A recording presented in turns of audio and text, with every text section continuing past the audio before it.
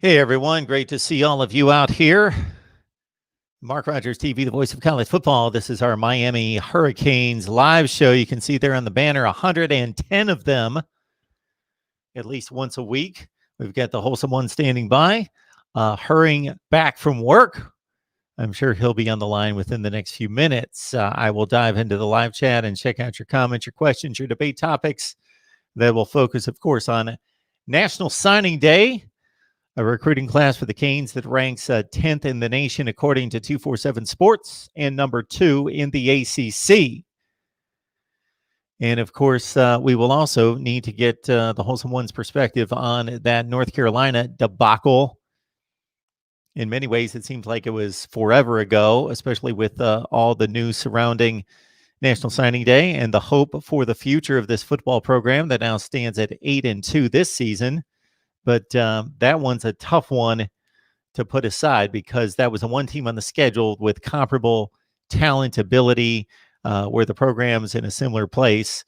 Clemson way above and everybody else significantly beneath Miami. And so North Carolina was a good standard, a good barometer, a good test, and that test was failed on all accounts. But again, National Signing Day, a nice class that ranks right in the top 10 of the nation. So we'll get the Wholesome One on here to talk about the flip of Jake Garcia. And of course, all your comments, your questions, your debate topics, and to analyze the next edition of Miami football players coming in 2021. And I'm sure at least 5 to 10, something in that range, will be on campus here in January, if others are on campus as well. I don't know what the conditions are regarding in-person enrollment and class attendance there at the University of Miami. All right, want to remind everyone that we're on Patreon. So there's a number of ways you can help us build the channel and continue this, is to catch the vision. The vision is to provide the best in discussion, debate, and analysis of college football every day. That's the mission. That's the objective. That's the goal. I'm not going to say that we deliver every day, but we're pretty close based on what I see out there online. Actually, based on what I see online, we are there, but we want to get better. So with your help, we will, and we will upgrade it in a number of ways, and we will keep this going. Obviously, this cannot be self-sustained, but we need your individual contributions, and also we would love to have a sponsor. This show should have a sponsor. It's been going on now for 2+ years, and we typically get 3,000 to 4,000 views per show, and we can do much better than that if you contribute by sharing the videos on social media. So consider this. You people follow you on Facebook, Twitter, and elsewhere, and they have no idea that we're here.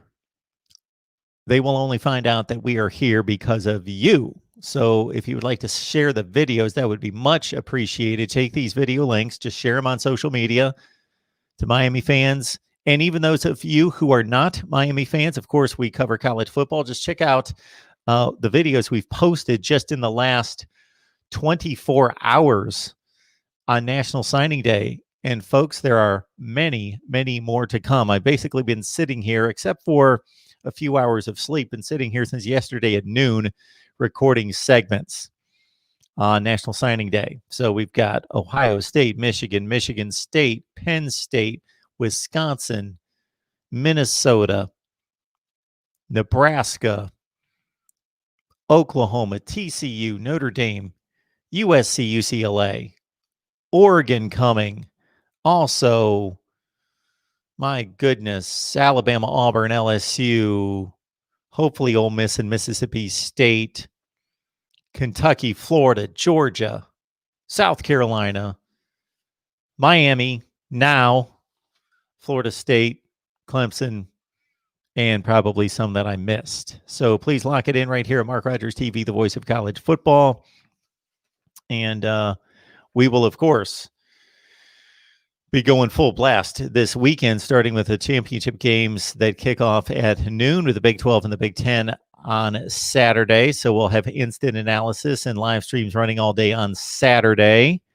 And then we're going to be here live I will announce this right now. I don't believe I mentioned this before. We will be here live at noon Eastern time on Sunday for the selection of the 4 playoff teams and the unveiling of the final regular season college football top 25 playoff rankings. So we're going to take all that in together and respond and react right here at Mark Rogers TV, the voice of college football. I'm sure that just about all of you are done with your Christmas shopping, but there will be Christmas shopping to do after Christmas, of course, with all the returns and everything else that, and a lot of you who are wise actually shop after Christmas when you get all the deals. So when you shop on Amazon, you do so using the link that we provide in the description section of all the videos. Go to any video, go to the description section, shop Amazon using the link that we provide, put it somewhere where you won't forget it, and put it somewhere where you won't forget it. I'm getting a call from my person that was supposed to record with me at 3:30, so they're a little bit late. Unfortunately, we'll have to pass that by. So again, put that link somewhere where you won't forget it, or get it into the hands of the person that does the shopping in the house, and have them shop Amazon using the link. It's the same exact shopping experience. So why not do your shopping exactly the same way that you would otherwise, but also help us build the channel?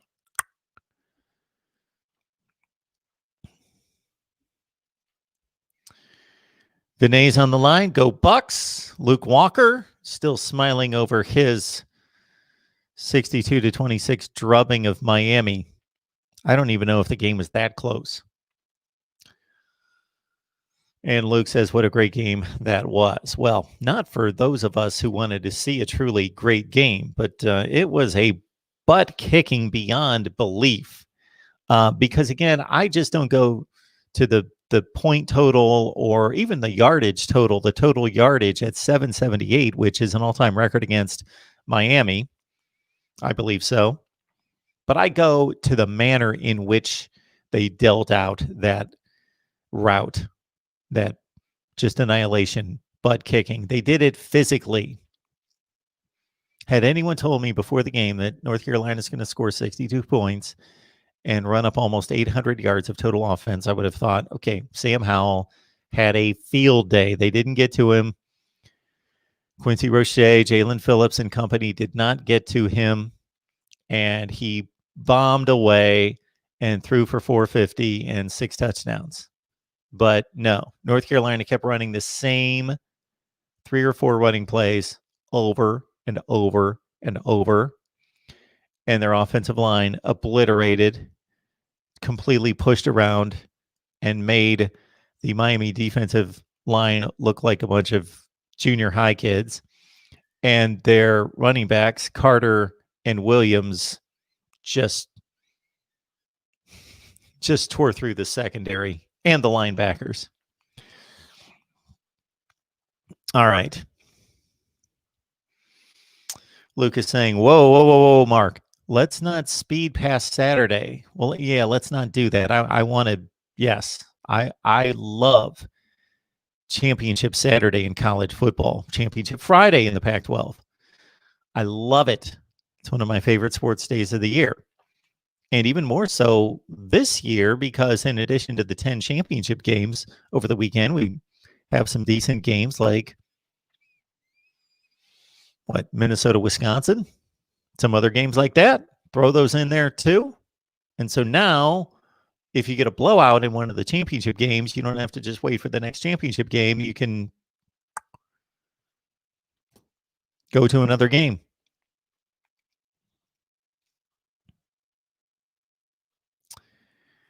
Haha, Big Game James here to make sure we have guys on the Twitter live.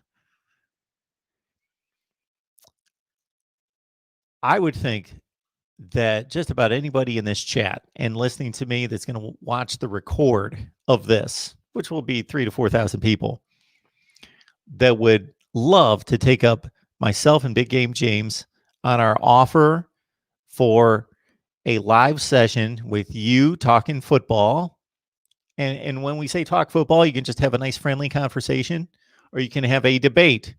You can pick some debates and you can challenge James. You can trash talk. You can do whatever you want. And this is not restricted to Florida State. It's not restricted to college football, the NFL, whatever you want to talk about. You get a one-on-one with James. Just for details, all you have to do is contact me at MarkRogersTV at Gmail. MarkRogersTV at Gmail. And we will set it up from there. We will be forming some kind of raffle. We got Mike on the line. People should have been seeing that coming. Must be talking about the UNC game. Washington doesn't know how to recruit. They suck. I would love to know Washington sucks. They must be an Oregon fan, maybe a Washington State fan. We should have the Wholesome One showing up here in the next few minutes. Got the number one player in Dade and Broward. Yes, we will talk that up. Good to see Luke here. Again, the way Miami fans talk about Jake Garcia, you'd think he's the number one player in the country. Well, they haven't had too many quarterbacks to be excited about. Understand that. Paul Scoop, please head on over to Paul Scoop on the U. Talks Miami football. I caught a few minutes of a live show the other night. Paul Scoop on the U. Look it up right here on YouTube if you're not familiar. Roland, the way Luke talks about North Carolina, you would think y'all going to the college football playoff. Yes, North Carolina's had their issues this year as well. But when you've got the head-to-head, then that's the end of the argument. It's tough to come back from that one.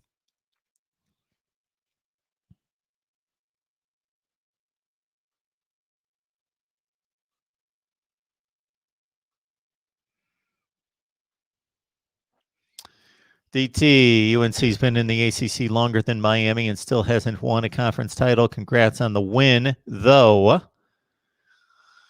Yeah, neither one of those two programs can really brag about their status in the ACC. It's pretty sad when you think about it. So the ACC, I don't know when the ACC was formed in football. It's a good question. It's not an old league. But obviously the current ACC is only going back to about 2004. Florida State joined in like 1992, 5, something in that range, 92, 95. And then the big influx came in the early 2000s with Virginia Tech and Miami, and then Boston College and Syracuse and Pitt. And if you would have told me that Miami in 16 or 17 seasons in the ACC would not win a conference championship, only get to one conference championship game. And if you would have told me that Miami and Florida State would never play in the ACC championship game, especially with what Clemson was 15 years ago, that would be a tough one to take. DB, unfortunately, no, this is not a call-in show. We may do a call-in show later tonight, possibly to wrap up all the National Signing Day news, but certainly we will be back full throttle over the weekend, most likely with a Friday night show, Saturday throughout the day. Sunday, again, we're going to be right here Sunday at noon when all the selections come down, the top 25 final rankings, and then bowl invites. We will be here live to react, and unless we get one or two scenarios that is going to be very clear cut, clean cut, very nice and tidy for the committee. Otherwise, I'm sure I will have much to say. I will have much to debate. I will have many holes that I will be able to poke into the selection committee's decision.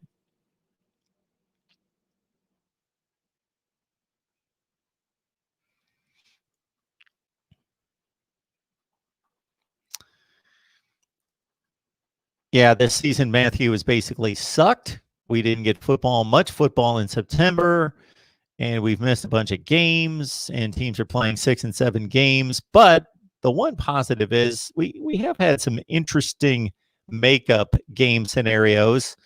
And, of course, the Coastal Carolina BYU game that was played. was fun. If you want to add an extra conference game, this is the way to do it. And this being championship week in college football, we would normally only have the title games, but this year we've got games all over the place. Matthew says, I love the non-conference games because it's not a normal schedule. That's what the championship weekend provides, is a in-conference but intrigue. I don't know that I follow the back half of that statement. Maybe it's just typos. But yeah, the non-conference games were a big miss this year, unfortunately, because that's really what sets us up for any reasonable analysis of the college football playoff situation are the non-conference games, because otherwise everybody's just playing in their conference. So theoretically,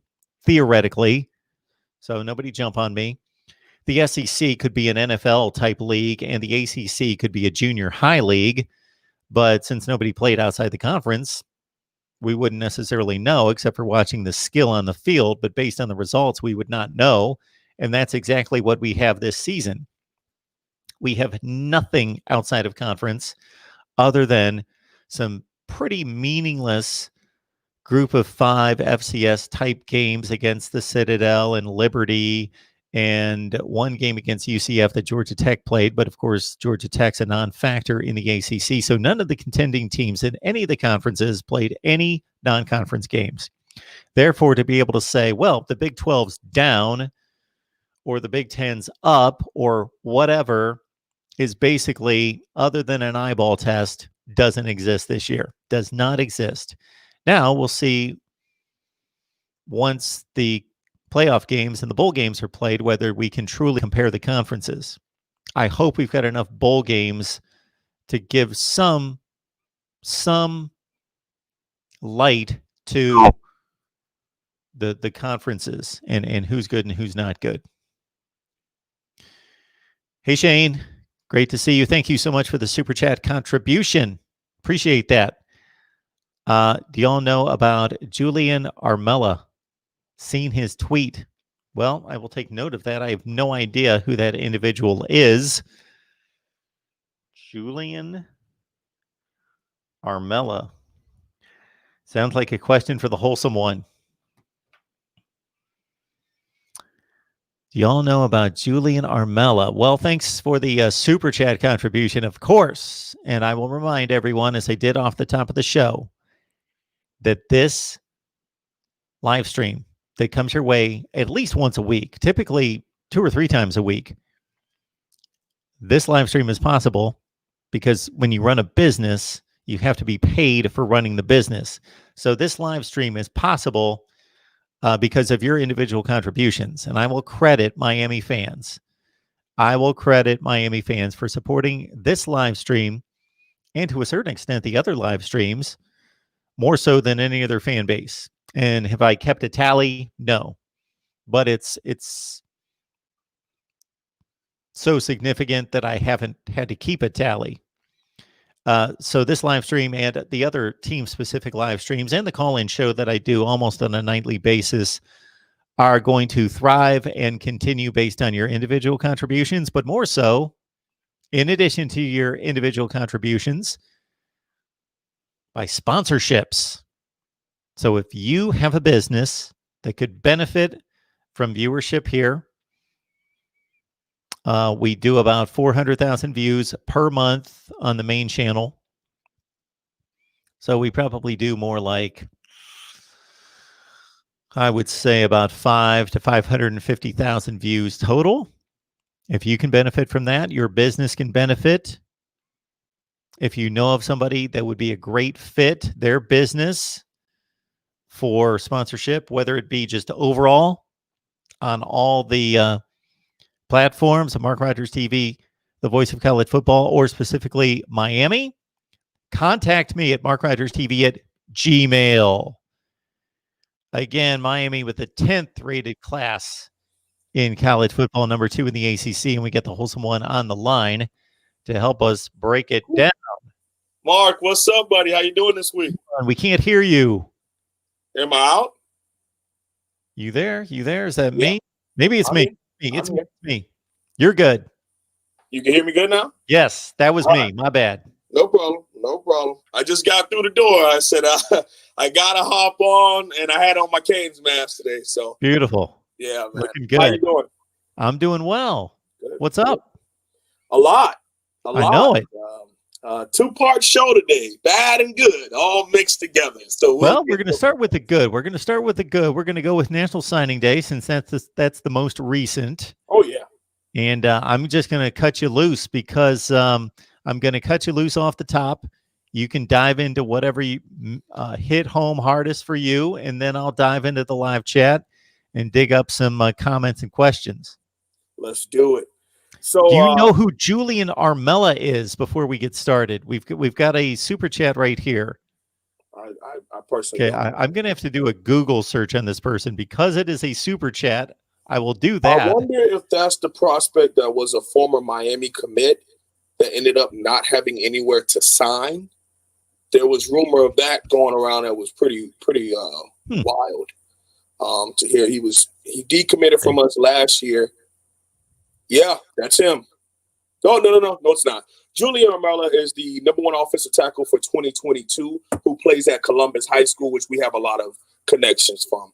With one of their center, Ryan Rodriguez, who committed to us, and also Elijah Roberts, who played there last year. So he's the #1 offensive tackle for next class. He's uncommitted right now, but any big boy offer, I mean, he's 6'5", borderline 6'6". He's already pushing a solid 280, 290 probably right now, because a lot of these 247 sites haven't had a chance to see any of these young men since maybe a calendar year ago when we had camps last. So a lot of these players have put on a lot of great weight.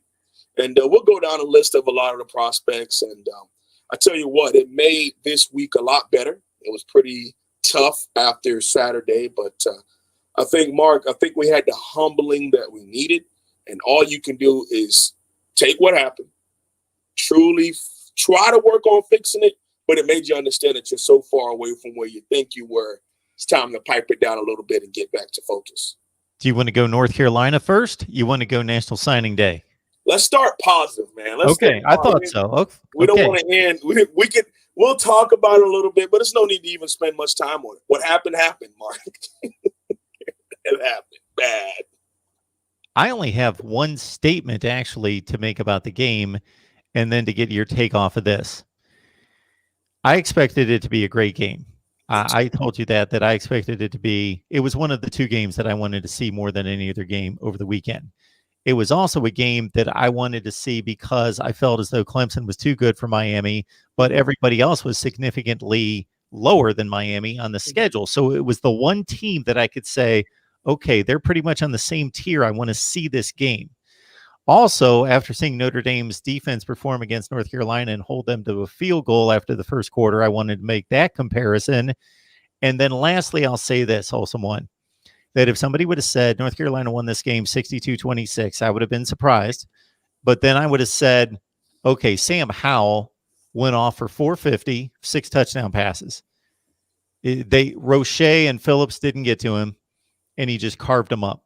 Yep. But I was shocked at the physical beating that the offensive line pushed around the defensive front all day, and those running backs just tore through defenders all day. That was that was just a manhood game. Howell threw it 19 times and he did it well, but they ran like 3 running plays constantly over and over and over.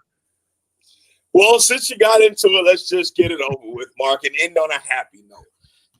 What happened with the Miami Hurricanes this past Saturday is unacceptable is not even the word. And what you would hope, whether you're a Miami fan or not, is that the first question is, what the bleep are we doing wrong? Because for something like that, I mean, Alabama has played Citadel and hasn't done that. Ohio State played Ohio Bobcats before and haven't done that. That was literally the most embarrassing loss. It was historic how they ran the ball. And it literally was trap, counter, dive. And there was just nothing that we can do. And what made it even worse is that you knew it was coming and you didn't make any adjustments. You didn't roll a striker into the box. You didn't go one high safety and just go, man, turn it into a 4-4. Put 4 down linemen, put 4 people behind them, and y'all scrape over top and see what happens. We made no adjustments. You know what that shows? Stubbornness. Before I continue, Luke Walker, you have been so respectful. You've never been disrespectful by any means in your way. You were confident in your team this year. And I think that you deserve a shout out because even when you come on this channel, you come on my channel, you've never down talked either program. You said you wanted to see what would happen this year. So I have to tell you, thank you for showing your respect because some fan bases don't know how to do that. And you've done nothing but be respectful and confident in your team. And I just have to publicly tell you, thank you for your approach. Mark, it's just, like I said, we could spend, I've had my rants. I've been on multiple channels. I've screamed, I've yelled, I've thrown stuff. Things that I've explained plenty of times. And, you know, on the grand scale of things, Mark, I'm no big-time Division I coach. But there's plenty of things that I saw in the film that I explained, even at the level of knowledge that I have right now, that I felt like the mindset of this team was just find a way to win. A win's a win. And this was going to come back to bite us. And if we didn't want to make these changes, if we didn't want to address certain things, perimeter run, out of, Mark, what are we now? 8-2? Yeah. So that's 10 games, right? 9 of those 10 games, we gave up 100 yards on the ground. 4 of those 8, we've given up 150 plus. Do you know how horrible that is? The only one that was an exclusion was Duke. They had 70, I think they had 57 yards rushing. And they're one of the worst teams in Power 5 football right now, period. You know, pretty good staff, just very untalented.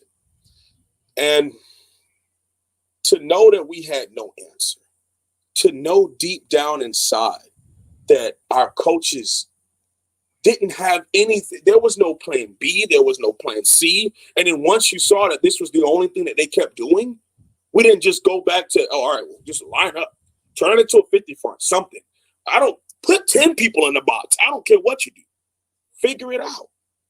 There's no way that you get to that level and you can't have multiple game plans. Because that's the same Nestor Silvera. That's the same Quincy Roche. That's the same Jalen Phillips. We've had problems at linebacker for years. Horrible depth at linebacker for years. Bad depth at corner for years.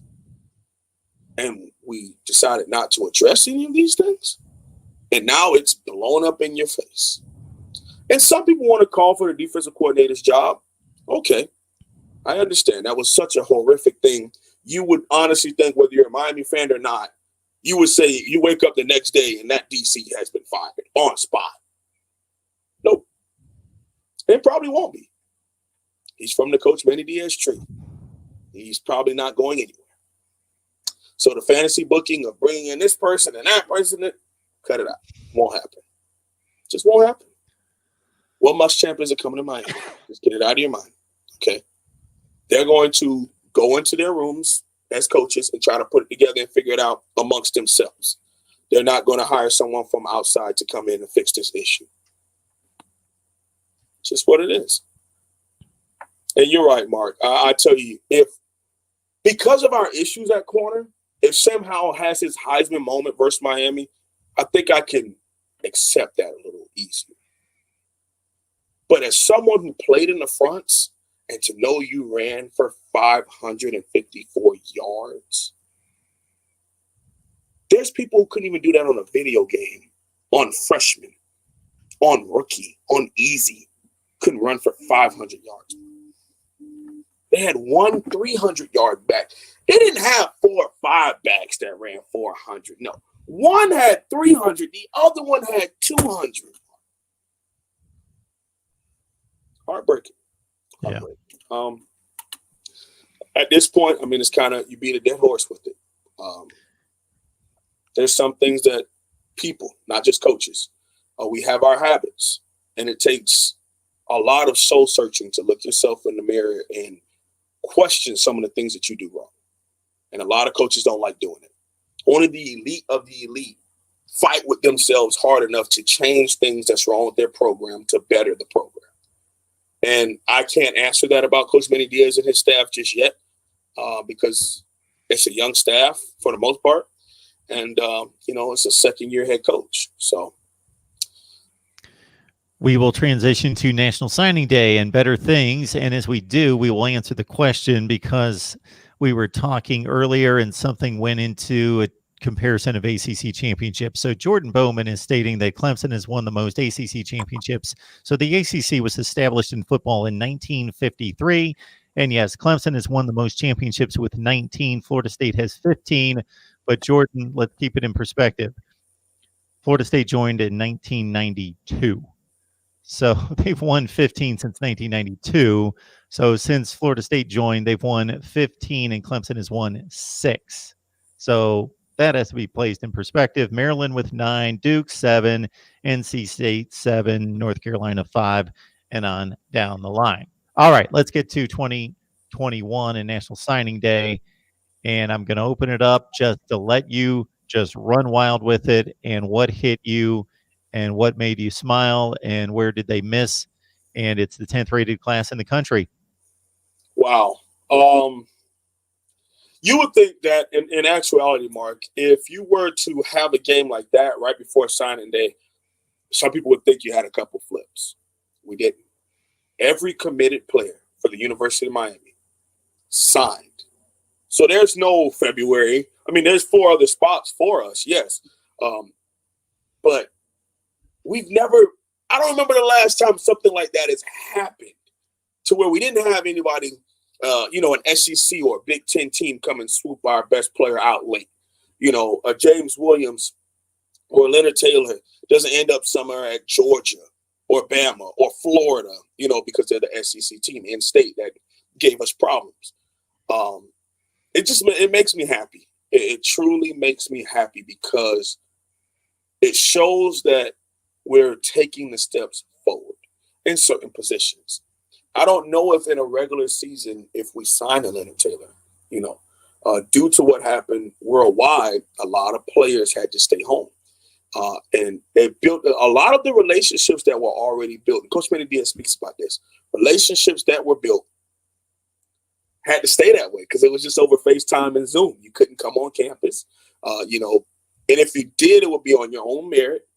You maybe drive up or down to Coral Gables and just talk to the staff a little bit. But even then, they weren't supposed to have much interaction. And I don't think that there was a lot of interaction physically. But Coach Manny Diaz speaks about how James Williams' relationship goes back to 2017. And he saw James Williams when he was at Pace as a true freshman, starting on varsity as a freshman. And he says those are the type of players that have to go to Miami if we want to ascend to where we really want to be, of the elite in college football. So you bring in, and then not only that, you go get the number 1 or 2 defensive tackle in the country, and Leonard Taylor. Now, of course, we would have loved to match him up with Mason Smith, but a lot of us were not sad or mad about it. We made his top 4, Mark, in the hunt with teams like LSU, Bama, and Georgia. Most people wouldn't think Miami would be in the same sentence as a lot of those teams as of late, man, especially for a lineman and a defensive tackle at that, not like an offensive tackle who can come in and just, be a plug-and-play guy. So he ends up picking LSU, which a lot of us favored. He was real hometown-centric and very close with his family. He wanted to stay home, and that's fine. But on to the people who signed with us. Of the 21 committed players and 21 signees, 13 of them are early enrollees and will be, in a month from now, official Miami Hurricanes. You talk about laying a foundation to springboard off of. That's one of the biggest things. And it's some of our best players who are early enrollees. The only one that is excluded out of this list is James Williams, because he's a private school player right now, so he can't enroll early. But Leonard Taylor, 6'4", 285 pounds. Supposedly, Mark, he's pushing 305, 310. supposedly. So he gained some great weight in this offseason. Early enrollee. Jake Garcia, the QB, number 2 pocket passer, number 5 QB overall. Picks Miami, early enrollee, signs with Miami. This is the type of stuff that if you want to take that next step, you want to build a culture, especially in the weight room, and learning your systems. Because, I mean, you could do, some coaches have done this stuff. I know you're supposed to do this. But, they'll send a playbook or send a workout. And you don't wait until June or July when you get here. You're supposed to know a lot of it, and they'll quiz you over the phone and stuff like that.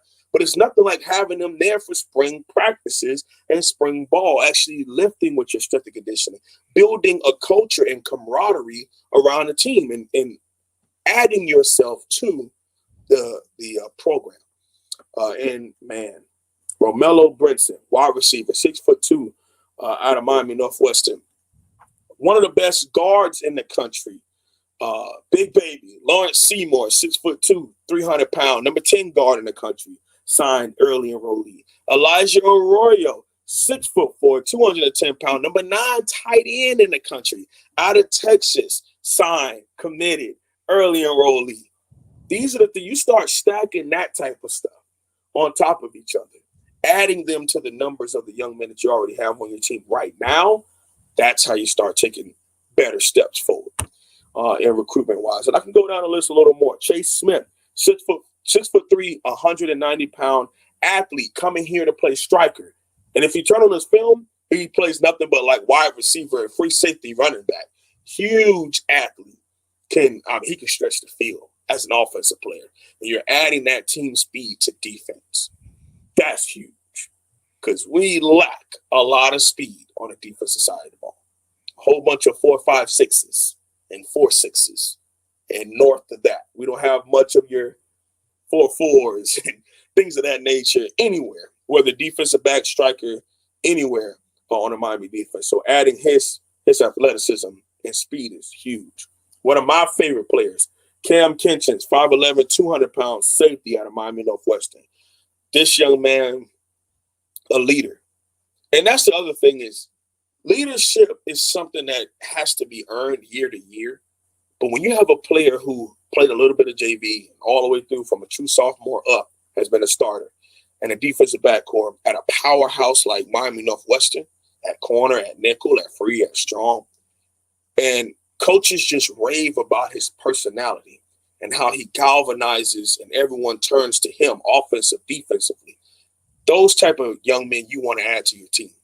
And now, you start racking a couple of those. Now you got the leaders amongst leaders, once they kind of branch off from there. And that's when you start talking about your Ohio States, your Alabamas, where you got like the top tier, not only physically, not only mentally, but leadership-wise. And that's what changes a program to ascend. And it'll take some time to get them recycled in, especially because Miami can bring in talent, but can Miami afford the elite coaches is the other side of the conversation. And, the best of the best, Mark, have both. So, you kind of got to teeter it, which one you want to really deal with, at the University of Miami. So, offensive tackle, Michael McLaughlin, 6'8", 290 pounds. Can I just get a couple of those inches? I would have loved to have been 6'5", Mark. Good. 6'3". I'll take 6'3". 6'8". Whew. Good God. Tyler Johnson, 6'2", 200-pound. Last name sounds familiar. That is Jaquan Johnson's little brother, a legacy player. So it's really good to bring him in, coming in to play linebacker. Thomas Davis, 6 foot, 235-pound edge rusher, moving into the linebacker position. Khalil Brantley, 6'2", tight end. He's more of your Brevin Jordan type player, so that's really good. And he's super energetic and adamant to get out there. And I love he's a great follow on Twitter. Deshaun Troutman, 6'1", 205-pound inside linebacker. More of your head hunter, but he's quicker than the linebackers that we've had recently. So he's a lot quicker than B.J. Jennings and Shaq Quarterman, but he's still big and stout enough to come downhill. He's pushing about 225 right now. So that's really good. Hopefully we can get him on the other end of 230, 240. And, of course, Jake Garcia, man. Jakey. He was a player that you admire from afar. You kind of didn't want to buy into the hype just yet. But it's exciting to know that he's a Cane. When he decommitted, even when he decommitted from USC and then came down, well, he actually came to Georgia first, then decommitted from USC. So there was a lot of, groundwork being laid. And it made you kind of want to I want to get it. I want to feel it. And then he actually threw up the U, man. And it was a great feeling to see him do it finally and be a part of the family as a whole. And I just can't wait to see if we can truly do something different, Mark, because year in, year out, we come on, whether it's me or anyone else, whether we're on Twitter or publicly on YouTube, always say, this class is different. I love this class. This class is going to bring the U back. And for the first year, Mark, I'm not going to say that. I'm going to say I really like this class. And I hope that we keep a staff that can develop these young men. Because, yeah, there's a lot of talent in here. But I don't want to look back 3-4 years from now and feel bad that we didn't develop Leonard Taylor. We didn't develop James Williams. Romello Brinson's going in the 5th round. We don't want to do that to these young men anymore. And that's where my focus is. Hopefully the development side of this really gets a lot better at Miami. Chuck C., we appreciate the super chat.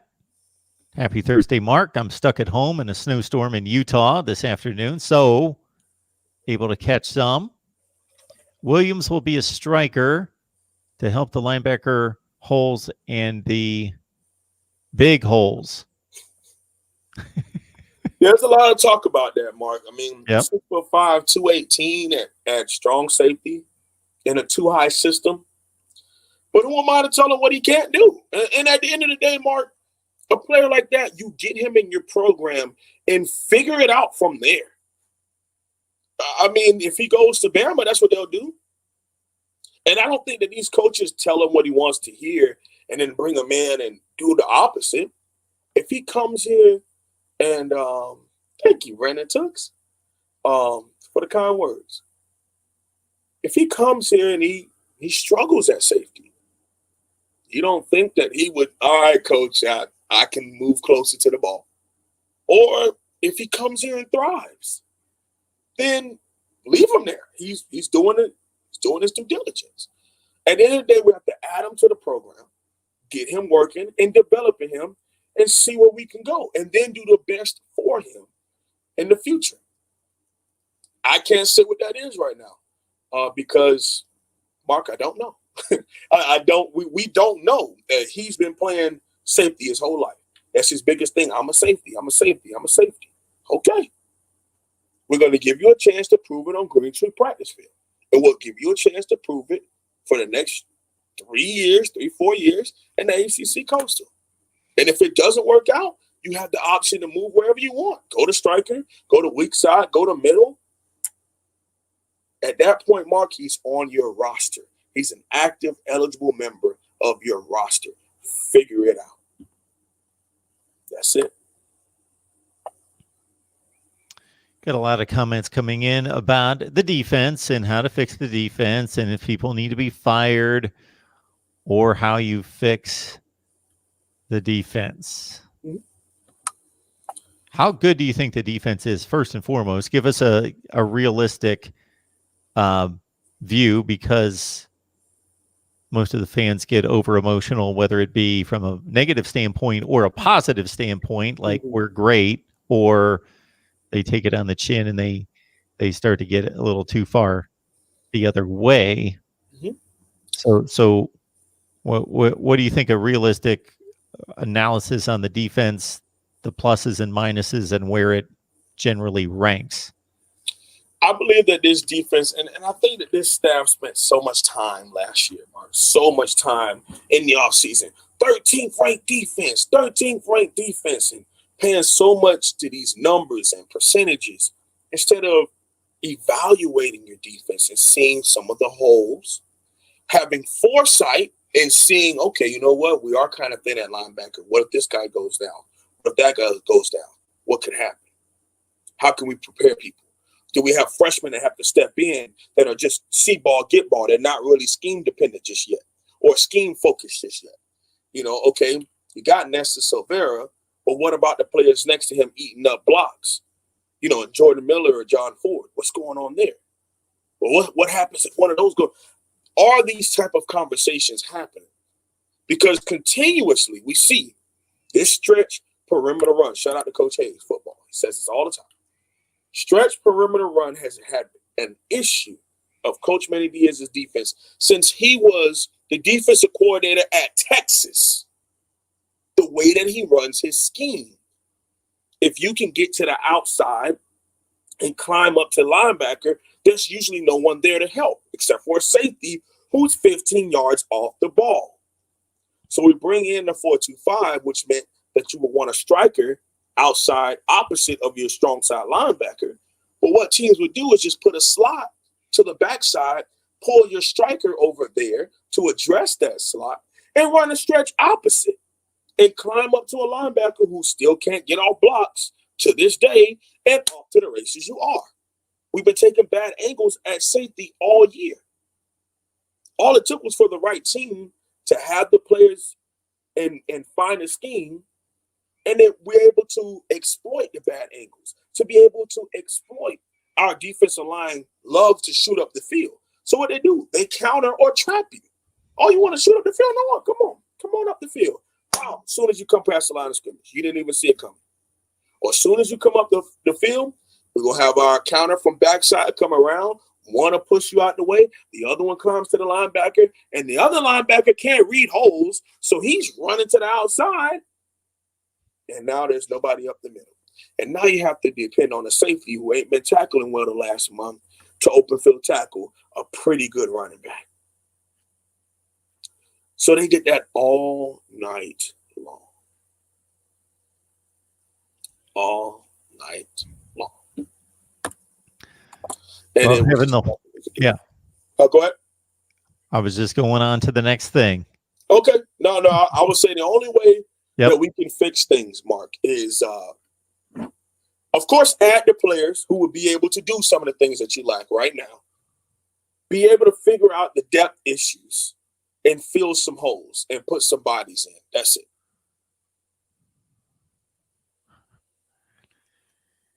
DB Shashi, Mark, what were your thoughts on the kid that called in on your last call-in show? I normally wouldn't know who that is, but I'm guessing you mean like a little kid called the other night, Wholesome One. It was great. This kid sounded like he was probably 8, and he said right out of the gate, he said, "I know I'm just a little kid," but he had a nice question, intelligent question. So, DB, if you're talking about the little kid that called my show, that was a great question. A lot of the other callers could have certainly learned from his knowledge. Let's see. J Love T, Mr. Rogers, have you ever seen a team not punt in the first half in a top 25 matchup before? Well, certainly I have. But that's not to say that wasn't a poor defensive performance. So I get your point. Mark, they didn't punt the entire game. They had one empty drive, and it was a missed field goal. And our head coach celebrated like we won the ACC championship. He's jumping. I'm talking about jumping up and down, going ballistic. Yeah, down by 40 off of a missed field goal.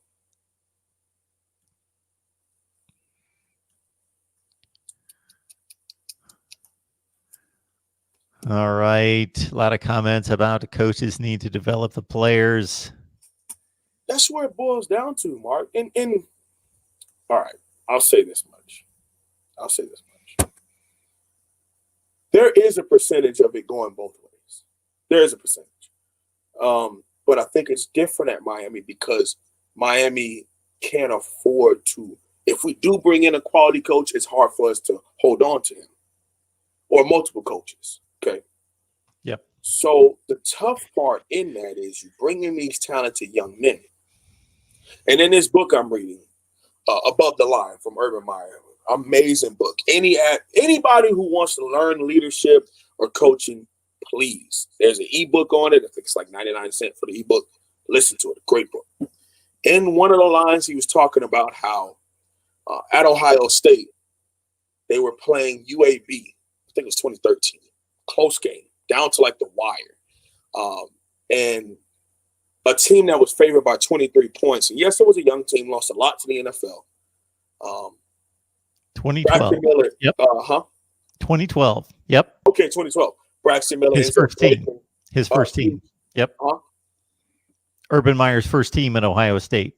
Yes. So he ends up breaking this huge touchdown, and they end up winning the game, I think, about 14 points or so. 29-15. Yep. I remember scores to games, so just keep going. Yep, I remember it well.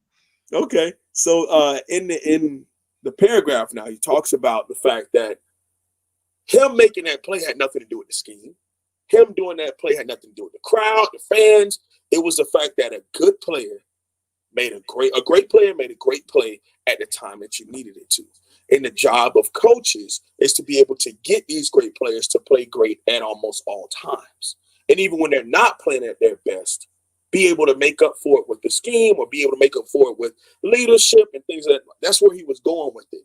And I never thought about it like that because, of course, the argument at Miami is always, oh, we're talented, just blame the coaches. Or then the other argument is, these coaches are so bad, the players suck. You know, there has to be an understanding that there is a percentage that goes both ways. And yeah, there's a little slanted to the talent side at the University of Miami, a private institution who doesn't care about his football program, who doesn't want to invest in his football program.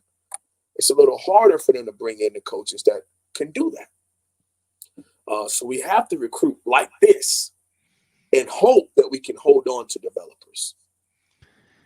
It is great to have Uncle Lou in the live chat. I don't know if he's still here, but for any who don't know, Uncle Lou's got a great YouTube channel talking college football all the time himself. So Uncle Lou makes a point here that leads me to something that I said several days ago when asked a question. And here's the deal. If you go to any first-rate program in the country, I don't think you're going to find a list of coaches over the last 20 years that have accomplished less than Miami head coaches. So this is the point. Miami, since Butch Davis, even beginning with Larry Coker, even though he won a national championship at Miami, what did he accomplish anywhere else? Nothing. So basically, Mark Richt is the one coach who's been hired in the last 20 years who has shown himself to be capable anywhere else, has done anything on the head coaching level anywhere else. And unfortunately, because we know of the decisions that he made as head coach, and also he probably would have been a much better coach 5 to 10 years later with a little bit more fire in his belly at Miami. So he was a capable hire, and things went off the rails for other reasons. But he was the one capable guy that proved that he could win big somewhere else.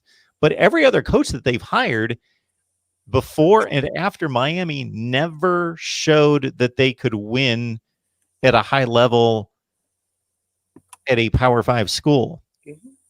I think there's something to be said that they haven't hired well. You know, Mark, for you to be a big, the voice of college football, I think you got a good grasp of Miami. I remember about a year ago, you made a video that, numbers were out of this roof. And the first time, 2 years ago, you made kind of a jabby video. It was facts, but it was pretty harsh in the way that you said what you said.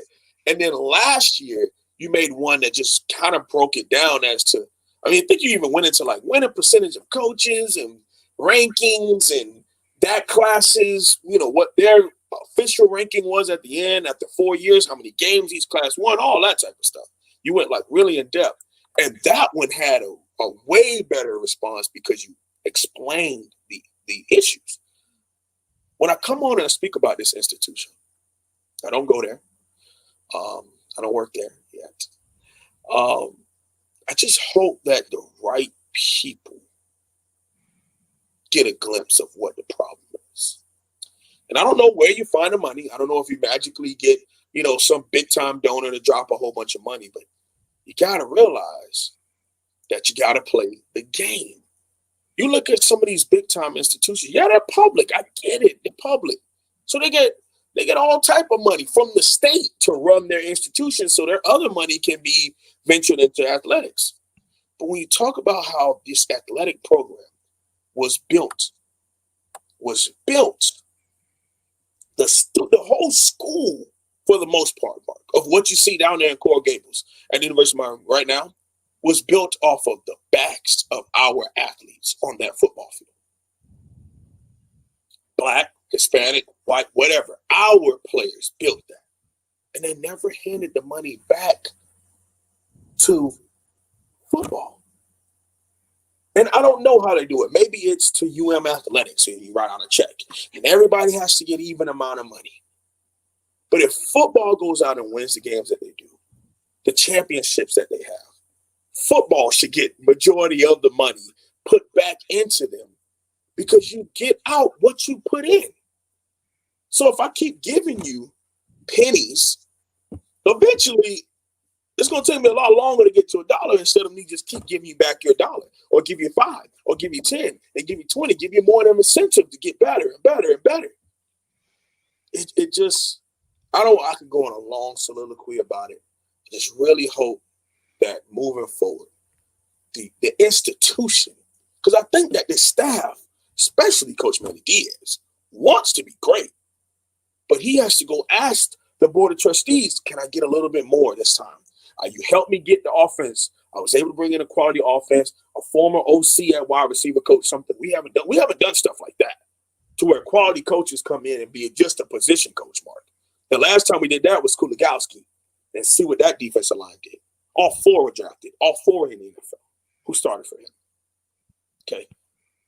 Now he has to go back and ask if he can do the same thing for defense or if he can do it for just assistant coaches, quality coach. Even if he goes in, let's say, for example, he wants to go bring in a big-time DC.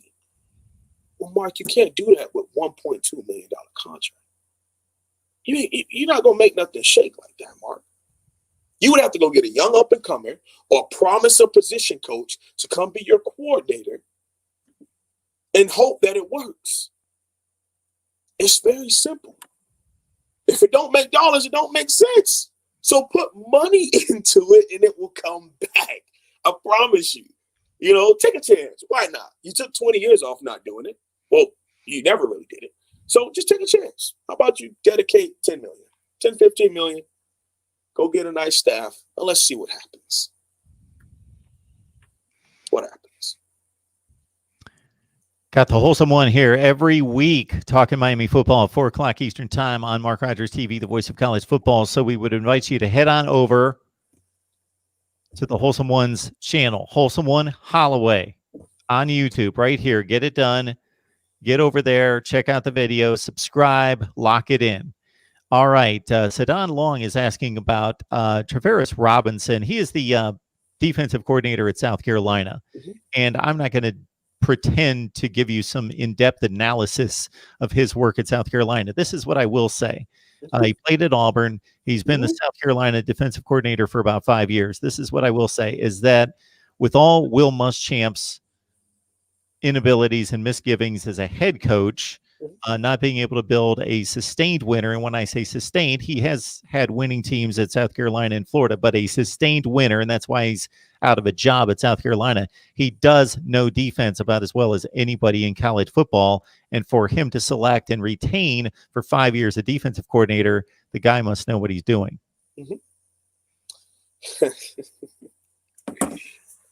Coach Robinson, do you know where his hometown is? I don't. Is that being asked because he's from Miami? He's from Miami, Florida. Okay. And the reason why he didn't come here is because we were under sanction. So he grew up wanting to be here. Okay. He was a big thorn in our side at the University of Florida when he was the cornerbacks coach when Coach Muschamp was there. Okay. He was their head recruiter for South Florida.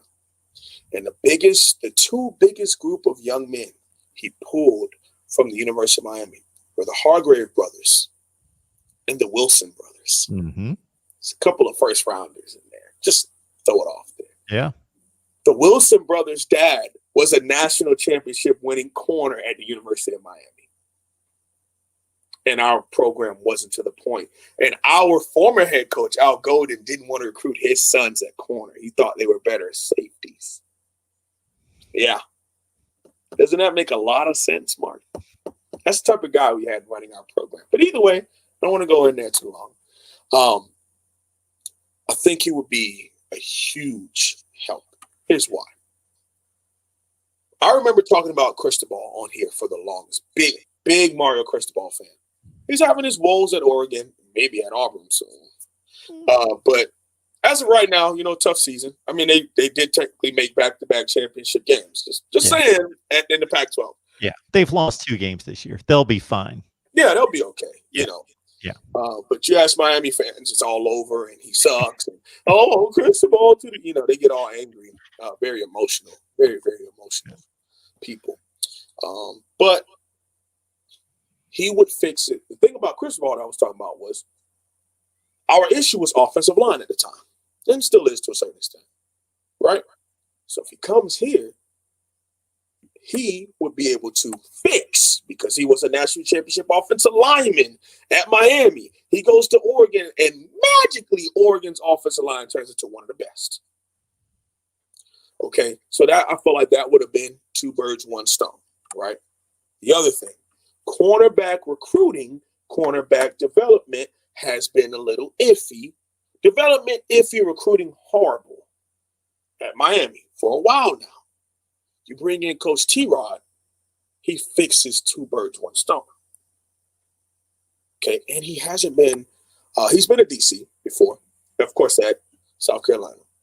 I think he's made quality enough money that if we made the situation right for him, I think he would be a great plug-in here. The other thing I would say about that is, could we afford his assistants? Would he want to work and run the Coach Manny Diaz defense? Because that's what we do. We still do. Even though Coach Blake Baker is the coordinator, we run the Manny Diaz defense. He even said himself, like, they come up with the game plan as a whole, and everyone puts their input in. Would he want to come deal with that? Would he want to come deal with how Coach Manny Diaz and Coach Ephraim Banda feels as though they know more and they recruit both safeties and corners? Would he want to come deal with that situation also?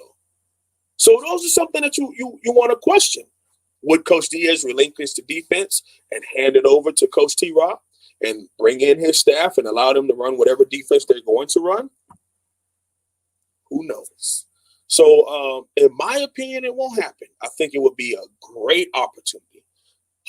He's a amazing recruiter in state.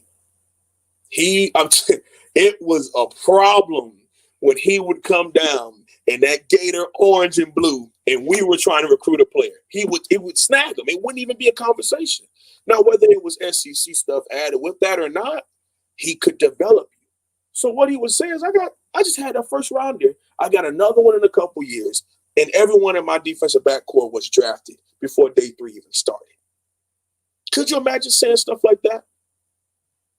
So it's a lot easier to recruit when you can recruit and develop.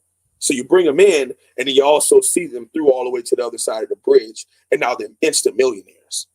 If I'm a 5-star recruit, I want to be a part of that. Why not bring it down here? Will it happen? No. The only changes that would happen at the University of Miami defensively, if we let go of Coach Ephraim Banda, they would just let go of Coach Baker. They would just promote Ephraim Banda from co-DC to regular DC. That's it. I've accepted it. Chuck Mo Beer, appreciate that super chat contribution, and want to remind everyone that if you've got any kind of connection to a sponsor, we would love to get these shows sponsored. They're more sustainable if they get sponsored, and we appreciate the individual contributions from you. And I will credit again this Miami fan base for supporting my show more than any other fan base. Now, sometimes Miami fans will get it mixed up that they get more views here than any other fan base, but that's not necessarily the case. I benefit greatly from posting Miami videos. There's no question about that. But if you look at the numbers, I get more views posting, you don't want to hear this, Florida, Ohio State, Michigan. But in terms of people showing up here to live streams, showing up and contributing like Chug Mo Beer here. It's not even close. Thank you, Miami fans. I appreciate that. Chug Mo Beer, thank you so much. Hello, Mark. Wholesome One. Wish you both the best. Great 2021 class for Miami. Let's go Canes. I will ask you this question, though. Is there any area of the recruiting approach and what was accomplished here that didn't quite meet the standards that you wanted in regards to? Is there a unit on either side of the ball that you didn't get that you would have liked? Here it comes. You want me to go there, huh? Oh, man. I could go in on this because I think he's really been handcuffed and held back, and it's really messed up. But I think a lot of the bridges had already been either burned or never built at cornerback. Whether Coach Efren Banda communicated with a lot of corners, there were a couple people late that we were working on to try to bring in. And sometimes, especially this year, we couldn't get any late visits or anything like that for a young man to come down and we wow him or anything like that. So it was all, if we talked about, it's funny. On the front side, we talked about how relationships were so important and it worked for our benefit.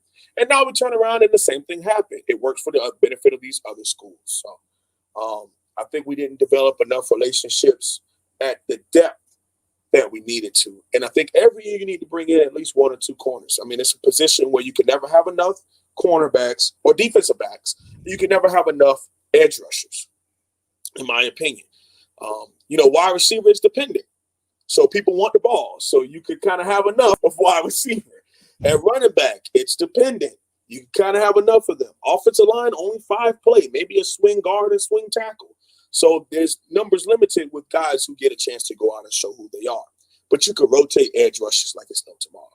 You can rotate cornerbacks like it's no tomorrow. And you usually lose a couple to the NFL draft every 3 or 4 years, or every year people move on. So at defensive back. And if you recruit at such a high level, you may bring in a safety who is athletic enough and has a high enough football IQ to be moved to corner and could really help you out. So my thing is, I hope Coach Banda and Coach Manny Diaz know what they're doing, and I hope they bring in enough corners to help our situation out, because we don't need to go through another full season with 4 or 5 scholarship corners. That's just unfair to the young men, and it's unfair to just have them in such a high snap count for no reason. Well, Mark, like I always say, it's been a great one. Thank you so much for having me on. I truly appreciate it. It's always a great blessing to be here. I gotta head out. Got to go handle some business here. Absolutely. It's almost graduation time for you, boy. So it's almost time for a big boy job. I'm kind of scared. I'm kind of nervous. Congratulations. That's amazing. Thank you. I appreciate it. So, hey, y'all have a great one as always. Go Canes. Thanks, Wholesome One. Let me just clean this up a little bit. We'll let the Wholesome One go. Carroll City King 305, thank you so much for the Super Chat contribution. Appreciate that. No De'Ara King for next season. We aren't going to the Natty next season. Let's see our future with Matoka, TVD, and Garcia as well. 11, yep, Central. Mark, who is your favorite NFL team? That would be the amazing Cleveland Browns. But I can't say that my heart is necessarily attached to the Cleveland Browns, but technically my favorite NFL team, the Brownies. Dominique and others have asked about call-in shows. I know that we typically have a Monday through Friday at 9 o'clock Eastern time, but that skips around a little bit because of personal life situations and also because of various other things going on in college football. So we'll set it this way. We've got a Nebraska show coming up from 6 to 7 tonight, 6 to 7 p.m. tonight. And then certainly on Saturday and Sunday, we're going to be live throughout the day on Saturday with all the championship games, and Sunday at noon for the selection of the college football playoff teams and the final regular season top 25 rankings and bowl selections. Stay tuned. This is one reason you need to subscribe. Stay tuned. Subscribe and hit that bell for the notifications. That way you know when we're going live, and we will get you set for the rest of today and on Friday. And we have tons of National Signing Day reports coming out. I would love for everybody to head on over to some of our sub channels. We've got team channels for Miami, of course, Clemson, Florida State, Ohio State, Michigan, Nebraska, Texas, Notre Dame, Oregon, the SEC, and maybe I'm missing a few. But please sign up for those. If you love those specific teams, full disclosure here, you're not going to get any additional content. For right now, you are helping us out. But once we get to 1,000 subs, then we are providing unique, additional, exclusive content to those team channels. And you can help us build those. And even if you don't like the team, if you just want to sub, turn off the notifications, just give us a sub at any of those channels. That would be tremendous. So again, we'll see you back here at 6 o'clock, 6 to 7, Nebraska Live. And then we will keep you updated throughout the weekend on our live call-in shows right here at Mark Rogers TV, the voice of college football. See you next time.